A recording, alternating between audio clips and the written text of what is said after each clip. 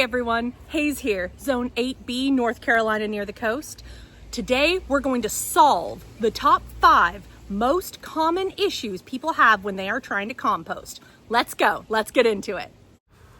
Number 1, stinky compost. The number 1 most common complaint people have, whether they've composted for a long time or they're just getting started, is that either they're afraid it's going to smell really bad or their compost pile does smell really bad. A lot of people that I've talked to have said, yeah, it smells bad, but it's compost. It's supposed to smell bad. No, it's supposed to be nutrients for your plants. If your compost smells bad, there are some things you can do to fix it. What you need to understand for the bulk of this video is that all compost is composed of 4 elements, only 4 elements. 1, green stuff, that's stuff that's high in nitrogen. 2, brown stuff, that's stuff that's high in carbon. 3, moisture. And 4, air. That's it. Greens, browns, moisture, air. So, if your compost pile smells like a trash can, smells like garbage, smells anaerobic, smells ammonia-y, whatever it smells like rotting food, that means you don't have enough brown stuff in there. The best brown stuff you can add is anything that came from a plant a long time ago. Paper, shredded cardboard, not glossy, and not glue, not tape, not stickers. But if you remove all the glue and the tape and the stickers and the staples, you can absolutely compost cardboard. I recommend shredding it. I'll link to the shredder I use in the description below. Wood chips, straw is my favorite personally to add because I always have a ton of it around. Dried leaves that you rake up or that you get from somewhere else, I guess. All of those things are great brown. So if your compost is stinky, add some more of that. You probably need more than you're thinking. Your compost should be about 30% green waste, 70% brown. So go ahead, add some brown stuff, mix it around. And then I add, if you ever forget about your compost bucket for an amount of time, maybe you have the forgetting disease like I do, and you're worried, oh my gosh, if I put this in, it's gonna smell, put it in anyway, and then cover it with a layer of your shredded brown stuff. 2 or 3 inches, you won't have a smell anymore. That's number 1. Number 2, inert compost. Number 2, your compost doesn't do anything. It's just sitting there. If you have a compost thermometer, you've noticed it's not getting hot. Maybe it dries out real quick. You probably need more green stuff. Do you think that most of these are gonna be answered by adjusting 1 or more of the 4 elements that make up compost? You're right, you're so smart. So if it smells bad, add brown stuff. If it's not doing much, add green stuff.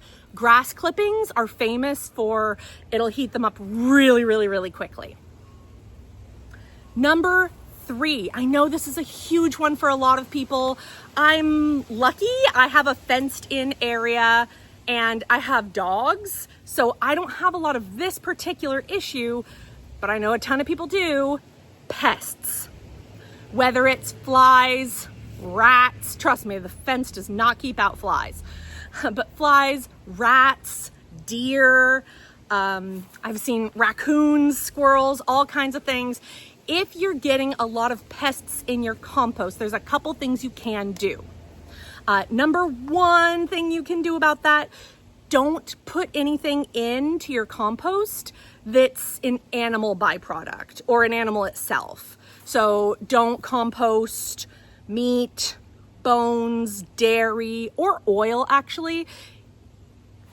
It's not that you can't compost that, but it does cause significant problems for your compost pile if you are not on an industrial scale. Now, yes, we use those things in our garden. We have blood meal, we have bone meal, and they're fantastic and full of nutrients for your plants.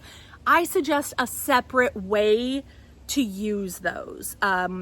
One thing that you can do with that is you can trench compost, just that. Dig a deep pit, bury all your animal-derived scraps in there, cover it with a lot of soil, come back a long time later. Or you can just toss that stuff. I won't tell, I promise. I'll still think you're sustainable. I love you for it. But yeah, number one, leave the animal products out of your compost with the exception of, weirdly enough, dog fur, cat fur. If you cut it up fine, it's actually a pretty good green.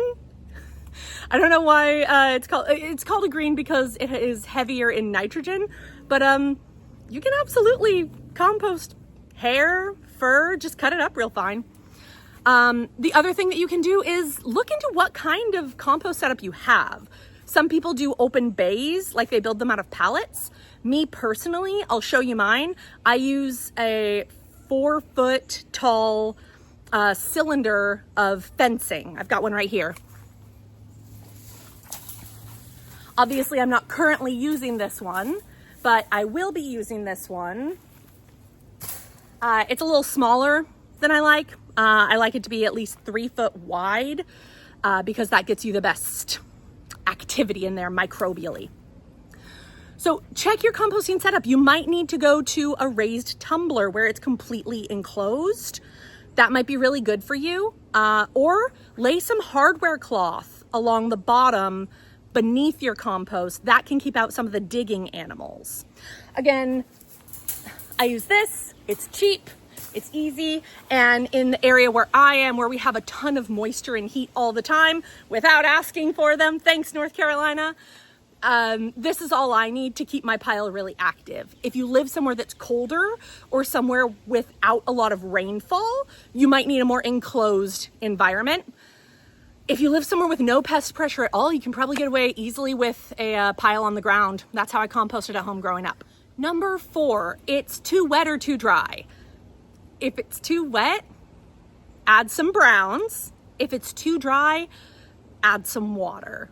I know that seems really simple, but you would be shocked. I'm a member of a ton of composting groups, and one of the biggest questions that we get asked all the time is this compost pile, like, what's wrong with my compost? It's too wet. And everyone just has to say, what are you doing? They say, watering it every day. Okay, stop. I know, but there's a lot of things that are totally common sense that I still don't do right, and sometimes someone just needs to tell me. If it is really dry, water it. You can do that. It should be, if you're ever doing the dishes and you have a really, really wet sponge and you wring it out when you're done, after that sponge, that's how moist your compost should be. So like if you really squoze it, you should be able to get a couple of drips of water out, but primarily it shouldn't be like actively dripping anywhere. Yuck. And number 5, it's going too slow. One, that's not really necessarily a problem, but it can be a problem for you, especially if it's driving you to say, this is not working for me, or I need to go buy bagged compost. Believe me, I've bought a lot of bagged compost. I stopped when the last one I bought said contains between 10 and 90% composted manure. That is just not the right percentage of something that is labeled composted manure. I said, I want to buy a bag of composted manure. They said, here you go. And then it's 10 to 90%. If you bought a box of anything, a bag of anything, like if you bought a bag of broccoli and it said this is 10 to 90% broccoli, first of all, it should be 100%. Second of all, what the hell is the other whatever percent? That drove me crazy. I'm still thinking about it months later. Anyway, I've used bagged manure and bagged compost. I don't want to do it again after that. Manure, by the way, is the exception to the animal byproducts rule of number 3. Any herbivore, not meat eater. Meat eaters' waste you should not compost. It has way too many diseases in it. Your dog poop, no. Your cat poop, no. Do not put carnivore or omnivore feces into your compost. Don't do it. It doesn't get hot enough to kill all the bacteria. Herbivore waste, absolutely. Horse manure, chicken manure, goat manure, rabbit manure. They're all phenomenal for compost. You can get compost out of just that. If you know a farmer nearby, ask them if they have any available. Lots of them will let you just come and take as much as you want for free. But the final tip is your compost is just taking too long and you just don't want to wait. What are some things that you can do? I've got 3 tips for you. Number 1. So my number 1 tip, if your compost is taking too long or it's hard to turn, so you're just not doing it, more on that in a minute, or if you're just finding it really difficult to work with, cut your ingredients up before you put them in your compost. Straw, like I said, is a great brown. You can put this in your compost as is, but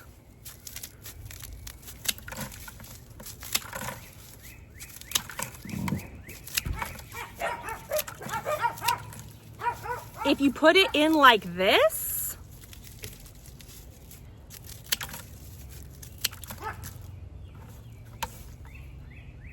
it's a lot easier to mix up. Here's the thing. Let's say you put in a bunch of straw like this into your compost. You want to mix it up, but frankly, it's gonna get tangled around whatever you're mixing it with. It's gonna clump, and it's not the end of the world. It will still break down, but it'll take longer. Like this. This is so easy. This will be perfect immediately in your compost. I see a ton of people when they talk about compost saying, you don't need to cut anything up, just throw everything in a pile, it'll decompose. Yeah, that's true. It just takes a lot longer and it can be a lot more annoying to work with. So if you want compost faster and you want it to be a little easier to work with, I cut up both my greens and my browns. When I'm composting kitchen scraps like lettuce, I won't throw a whole head of lettuce in there. Mostly I'll eat that. But if my lettuce has gone off, I won't throw a whole head in there. I'll chop it up first. It's just a lot easier. Just like with human beings, it's a lot easier for us to eat our food if it's chopped up or pureed. It's a lot easier for the worms and microbes to eat their food if we give it to them in smaller chunks. Again, not necessary, but it is going to speed up your compost. Trick number 2. You technically do not have to turn your compost pile. Again, you can just let it sit there. It will break down over time. When I do that, it usually takes me about 9 to 12 months to get a really good batch of compost from my home system. When I'm turning it all the time, that can go down to as little as 3 to 6 months. Now, one thing you can do, obviously, you can take your whole pile, take a pitchfork or a big shovel and physically turn over the entire pile, move it from one location or one bay to another. But here's what I do with a lot less work. I would say 90% less work and about the same result. Let me show you. So this is a compost aerator. I'll link to the one that I use below in the description. Here's how I use it. Put it on your compost pile. Turn it, pull it up, put it somewhere else.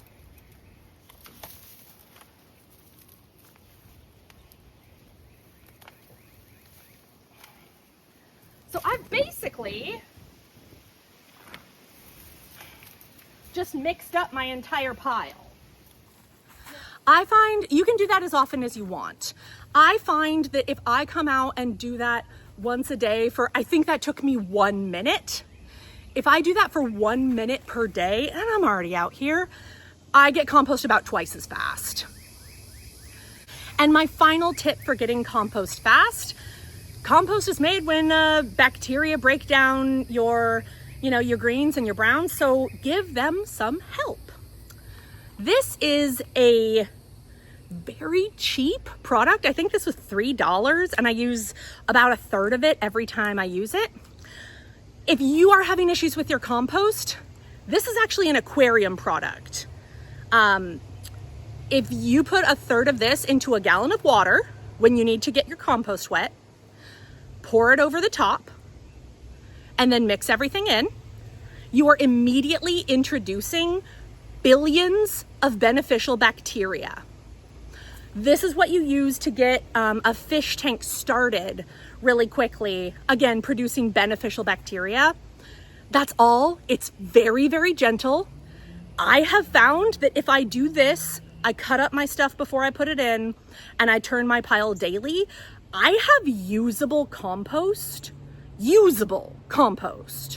where you can't tell what it was before. It's just black and earthy and rich and perfect, and you put it in your garden and your garden goes excitingly boom.